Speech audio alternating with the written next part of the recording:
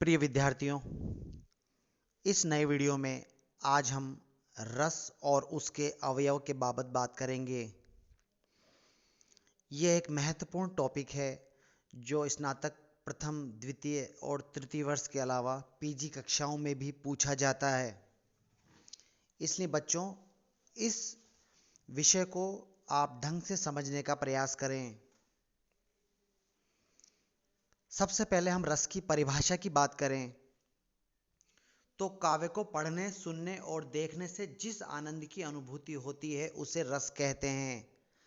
कोई भी व्यक्ति जब किसी काव्य का अध्ययन करता है, उसे देखता है, पढ़ता है या सुनता है, तो वह अपने भीतर जिस आनंद को अनुभव करता है, वह आनंद ही वास्तव में रस है।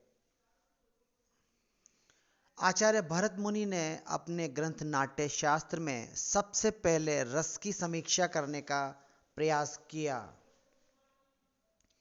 उन्होंने रस की परिभाषा इस प्रकार दी। उन्होंने एक संस्कृत का बहुत प्रसिद्ध सूत्र दिया, विभावानुभाव व्यभिचारी संयोगात रस निष्पत्ति, अर्थात विभाव, अनुभाव और व्यभिचारी भाव के संयोग से रस की निष्पत्ति होती है। जब विभाव, अनुभाव और संचारी भाव तीनों मिल जाते हैं तो रस निष्पन्न होता है, ऐसा आचार्य भरत ने कहा।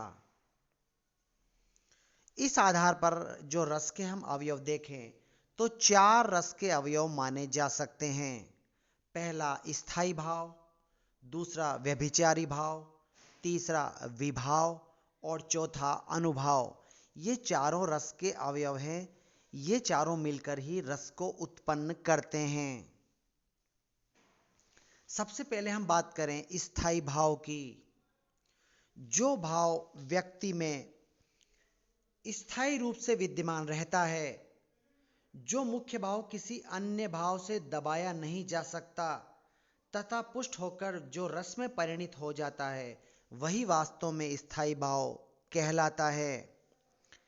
प्रत्येक व्यक्ति के भीतर ये स्थायी भाव सदैव विद्यमान रहते हैं।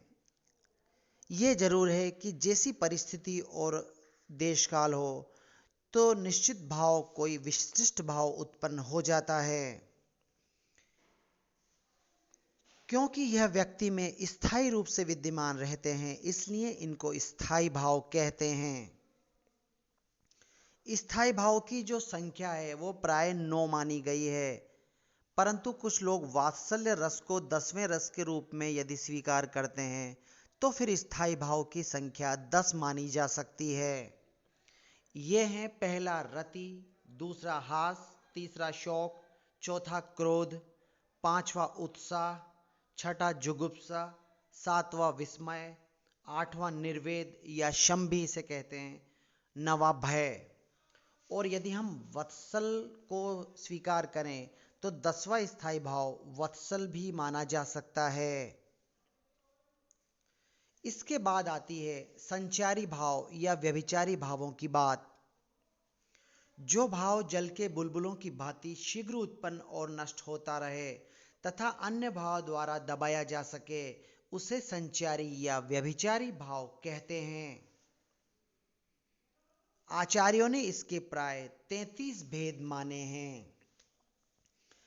इनके नाम यदि हम देखें तो निर्वेद, आवेग, दैन्य, श्रम, मद, जड़ता, उग्रता, मोह, विबोध, स्वप्न, ग्लानि, शंका, असूया, आलस्य, चिंता, स्मृति, धृति, व्रीड़ा, चपलता, हर्ष, गर्व, विषाद, औत्सुक्य, निद्रा, अपस्मार, अमर्ष तथा इसके अलावा अवहितता, मति, व्याधि, उन्माद, मरण, त्रास और 33वां वितर्क। ये 33 संचारी भाव हैं जो आते और जाते रहते हैं मगर स्थायी रूप से नहीं रुकते, इसलिए इनको व्यभिचारी या संचारी कहा जाता है। इसके बाद आती है विभाव की बात। यदि हम इसकी परिभाषा देखें तो स्थायी भाव की उत्पत्ति का जो कारण है वही विभाव कहलाता है। यानी कि स्थायी भाव जिसके कारण उत्पन्न होता है उसे हम विभाव कहते हैं।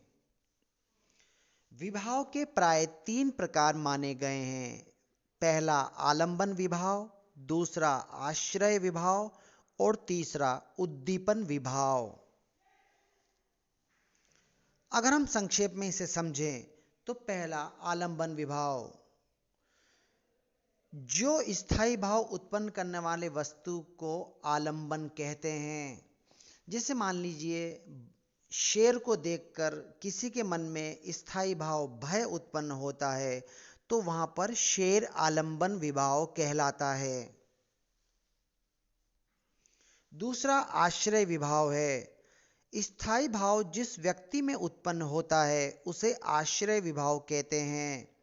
जैसे शेर को देखकर जो व्यक्ति भयभीत होता है, यानी जिसमें स्थायी भाव भय उत्पन्न हुआ है, वही आश्रय विभाव कहलाता है। इसके पश्चात तीसरा उद्दीपन विभाव। स्थायी भाव को उत्तेजना देने वाली देश काल परिस्थितियों अथवा हम यूं भी कह सकते हैं आलंबन की चेष्टाओं को उद्दीपन कहा गया है। जैसे शेर जब दहाड़े तो उसका दहाड़ना जो है वो भय को बढ़ाता है, उद्दीप्त करता है, इसलिए दहाड़ना उद्दीपन है।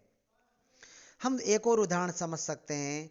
जैसे मोहक पुष्पित एकाकी उद्यान में शकुंतला को निहारकर दुष्यंत के हृदय में रति भाव, स्थायी भाव उत्पन्न हो जाता है। यहाँ शकुंतला आलंबन विभाव, दुष्यंत आश्रय विभाव तथा मोहक पुष्पित और एकाकी जो उद्यान है यह उद्दीपन विभाव कहलाएगा। और इसके बाद अंत में हम बात करें अनुभाव की। इसकी परिभाषा यदि हम दें तो स्थायी भाव का अनुभव अर्थात ज्ञान कराने वाली आश्रय की चेष्टाओं को अनुभाव कहते हैं। जैसे शेर को देखकर कांपने लगना, तो ये जो कांपना है यह अनुभाव है। इसके भी 4 भेद माने गए हैं। कायिक अनुभाव, मानसिक अनुभाव, आहार्य अनुभाव और सात्विक अनुभाव। पहला यदि हम समझे कायिक अनुभाव को तो आंख, भौं, हाथ यानी शारीरिक अंगों के द्वारा जो चेष्टाएं होती है वो कायिक अनुभाव कहलाती है। मानसिक अनुभाव हम कहते हैं, मानसिक जो चेष्टाएं होती है उन्हें हम मानसिक अनुभाव कहते हैं। आहार्य अनुभाव का मतलब है कि वेशभूषा के द्वारा जो भाव प्रदर्शन किया जाता है उसे हम आहार्य अनुभाव कहते हैं। और सात्विक अनुभाव शारीरिक अंग विकार जैसे स्वेद अर्थात पसीना, स्तंभ अर्थात एकदम से खड़े रह जाना, रोमांच, स्वरभंग, कंपन, अश्रु, ये सभी सात्विक अनुभाव हैं।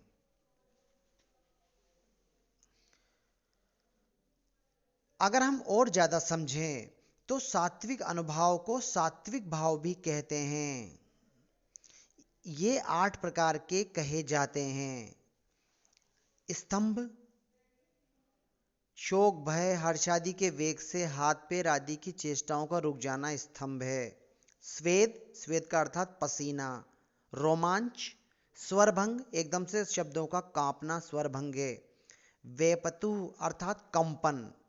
अश्रु, रोना। प्रलय, चेतना शून्य। और वैवर्ण्य, ये सात्विक अनुभाव भी माने गए हैं। इस प्रकार विभाव, अनुभाव और संचारी भावों के संयोग से रस की निष्पत्ति होती है। और इस प्रकार रस के 4 अंग हैं। बच्चों, हम एक बार फिर से अपनी बात को समझें तो जो रस के अवयव हैं वो 4 माने गए हैं। स्थायी भाव, व्यभिचारी भाव या संचारी भाव, तीसरा विभाव और अनुभाव। स्थायी भाव वह है जो सदा सर्वदा व्यक्ति में विद्यमान रहते हैं पर परिस्थिति के अनुसार प्रकट होते हैं। जैसे सभी भाव व्यक्ति के मन में हैं, पर वो प्रेम के क्षणों में है तो श्रृंगार उत्पन्न हो जाएगा, भय में भय उत्पन्न हो जाएगा, विस्मय कभी होगा। यानी सभी भाव व्यक्ति के भीतर मौजूद हैं, मगर परिस्थिति के साथ जो सामने आते हैं, अलग अलग एक भाव सामने आ जाता है। स्थायी भाव की संख्या 9 या फिर 10 मानी गई है। हमने उसकी बात की। इन्हीं के आधार पर 10 रसों का निर्माण होता है। रति से श्रृंगार, हास से हास्य, शोक से करुण, क्रोध से रौद्र, उत्साह से वीर, जुगुप्सा विस्मय, निर्वेद या शम जो शांत रस का उत्पन्न करता है, भय भयानक रस को उत्पन्न करने वाला है, और वत्सल को माने तो वात्सल्य रस। इस प्रकार 9 स्थायी भाव हैं और संचारी भाव आते और जाते रहते हैं और इनकी संख्या प्राय 33 मानी गई है, जिनकी हमने अभी बात की। विभाव जो स्थायी भाव को उत्पन्न करने का कारण विभाव कहलाता है। ये भी 3 प्रकार के हैं: आलंबन विभाव, आश्रय विभाव और उद्दीपन विभाव। आलंबन विभाव जो स्थायी भाव को उत्पन्न करने वाला है वह आलंबन है। जैसे शेर को देखकर भय उत्पन्न हुआ तो शेर आलंबन है।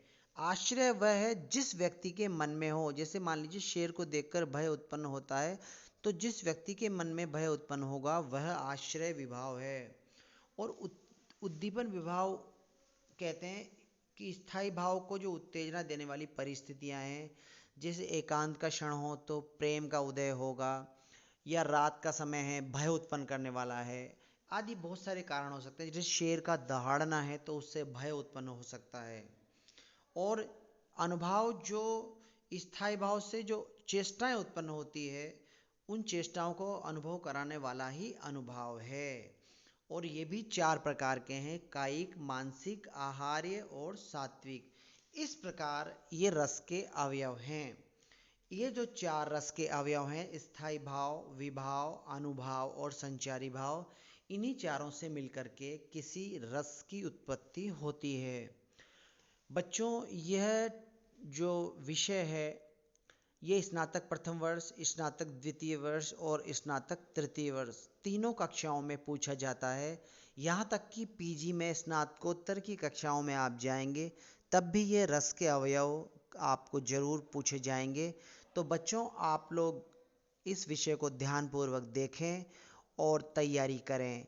सभी कक्षाओं के लिए उपयोगी होने से ये हिंदी साहित्य का एक महत्वपूर्ण विषय है। बच्चों, आज के टॉपिक में इतना ही। अगले वीडियो में हमारी फिर से मुलाकात होगी।